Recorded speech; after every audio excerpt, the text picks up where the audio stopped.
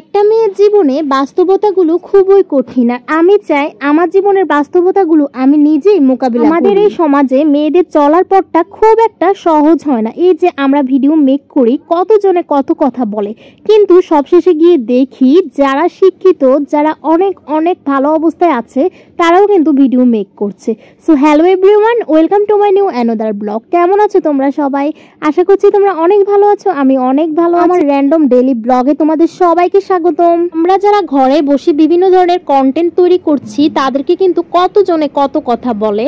আবার আমরা যদি ঘরে সন্তান রেখে বাইরে জব করতে যাই, তাহলেও কিন্তু লোকে বলবে ওমা মাটা কেমন ঘরে বাচ্চা রেখে বাইরে কাজ করতে যায়। যেসব নারীরা ঘরে বসে সন্তান সংসার সব সামলাচ্ছে, তাদেরকে কিন্তু শুনতে হচ্ছে এদেরকে দিয়ে কোনো কাজই হবে না, এরা আসলে একটা অকর্মা, এ তো শুধু রান্না বান্না করে সংসারটাকে কোনো রকম চালিয়ে নিচ্ছে। আসলে আমরা যে কাজই করি না কেন, আমাদের কোথাও কোনো মূল্য নেই। তবে যারা আমাদেরকে নিয়ে এসব মতামত ধারণ করেন, এসব কমেন্ট করেন, তাদেরকে আমি বলবো নিজের যোগ্যতার পরিচয় দেন। আমরা যে স্থানে আছি, আমাদের ধারের পাশেও কিন্তু আপনারা নেই। যারা ঘরে বসে এই ধরনের কাজ করছে, তাদেরকে পারলে উৎসাহিত করুন, তবে নিরুৎসাহিত করবেন না। যে আমাদের ভিডিও দেখে আপনাদের একটু হলেও লাভ হচ্ছে কিন্তু কোনো লস হচ্ছে না, এটা একটু ভাবুন। মেয়েদের উচিত নিজে কিছু করার। বাচ্চা কাচ্চা সংসার সামলানোর পাশাপাশি কোনো মেয়ে যদি কোনো কাজ করে, এটা কিন্তু খারাপ চোখে দেখার কিছুই নেই। যাই হোক, কিছু বাজে লোকের এসব বাজে ভাবনার জন্য এই কথাগুলো বললাম, কেউ কিছু মনে করবেন না। একটা কথাই বলবো, মেয়েদের কাজ দিয়ে ছোট চোখে দেখবেন না, বড় করে তুলুন বা উৎসাহিত দিন। যাই হোক,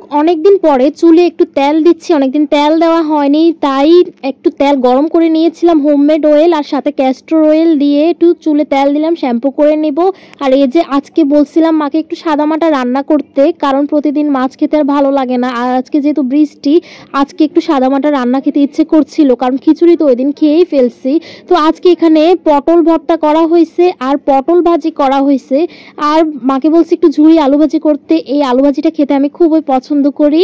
আর এখানে একটু ডালও রান্না করা হয়েছে, পেঁয়াজের ডাল মানে মসুরির ডাল। আর আমাদের প্রতিদিনের রান্না কিন্তু ডাল থাকে, ডাল ছাড়া কোনো একটা কিছু অসম্পূর্ণ থাকে। তো যাই হোক, এখানে ছেলেকে খাওয়িয়ে দিচ্ছিলাম। আর এই যে গাইজ, একটা জিনিস খেয়াল করুন, ওর মুখে একটা গরজ দেওয়ার পর ও হা করে কিন্তু রয়েছে, এটা গিলছেও না, চাবাচ্ছেও না, মানে কি যে একটা অবস্থা। বাচ্চারা কেন এরকম মুখে খাবার নিয়ে বসে থাকে বলেন তো? আমাদের খুব খারাপ লাগে। আর এখানে আমি ওই যে ভাত খেতে বসছি, ঝুড়ি আলু হলে আমার আর কিছু লাগে না। এখানে ঝুড়ি আলু ভাজি দিয়ে ভাত খাচ্ছি, সাথে তো ভর্তা আছে, পটল ভাজিও আছে, ডাল আছে।